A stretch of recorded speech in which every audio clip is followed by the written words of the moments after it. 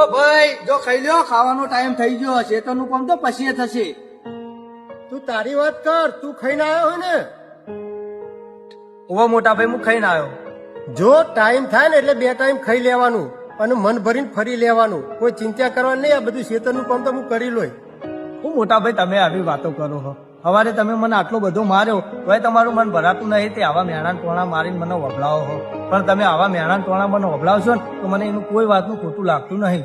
એક વાત કે મને, તું કંટાળી નહીં ગયો મારાથી? નેની વાતમાં તને મારું, રોકટોક કરું, આખો દિવસ બોલ કરું, ખોટું નહીં લાગતું મારી આ વાતોથી તને? જે દિવસ ખોટું લાગશે ને મોટા ભાઈ એ દિવસ તમારા માટેનો ડર નહીં પણ તમારા માટેનો પ્રેમ અને ઇજ્જત બધું પૂરું થઈ જશે. અને આ જન્મમાં તમારો પ્રેમ કોઈ દિવસ ઓછો નહીં થાય. જેડો ત્યાં ખાવાની વેળા થઈ જઈએ, ખાઈ આવો. ખરેખર આવા સમજદાર નેના ભાઈ દરેકના ઘરમાં હોવા જોઈએ.